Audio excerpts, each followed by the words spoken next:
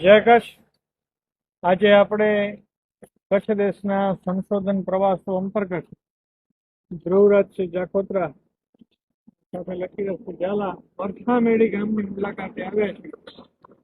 અહીંના રાજપૂત ક્ષત્રિય સમાજના સ્મશાન ગૃહમાં જે પૂર્વજોના પાળિયાઓ આવેલા છે, આપ જુઓ છો કે જે હાઈવે નીકળતા સંપાદનની અંદર એ જગ્યાનો ખૂણો દબાતો હતો, એટલે ત્યાં એક ભગ્ન છત્રી હતી.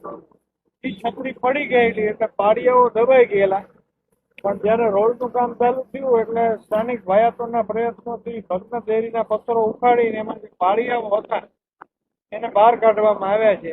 એ બહાર કાઢેલા પાળિયા આપ જોઈ શકો છો કે નીચે પડ્યા છે અને આ બાજુ પણ સાચવી રાખવામાં આવ્યા છે. આ દિવાલના ટેકે પણ એક પડ્યો છે. હવે આ પાળિયાઓ કોના છે અને કયા વંશના છે જાણવા માટે આપણે પ્રયત્ન કર્યો. તો આપણે એનો અભિલેખ વાંચવાનો પ્રયત્ન કરીએ. એની અંદર શું ઉલ્લેખ છે, થોડો ડેમેજ છે પણ એનો અભ્યાસ કરતા સ્વસ્તિ શ્રી ગણેશાય નમઃ સંવંત 1734 વર્ષે ભાદરવા સુધી 13 ને શુક્રવારના સોઢા અખા સંભવિત નામ છે, કારણ કે પહેલો અક્ષર તૂટી ગયો છે.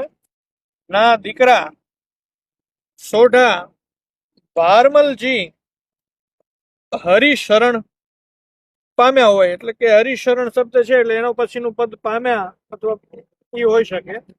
તો પ્રસ્તુત પાળીઓ છે એ સોઢા ભારમલજી નો પાળીઓ છે.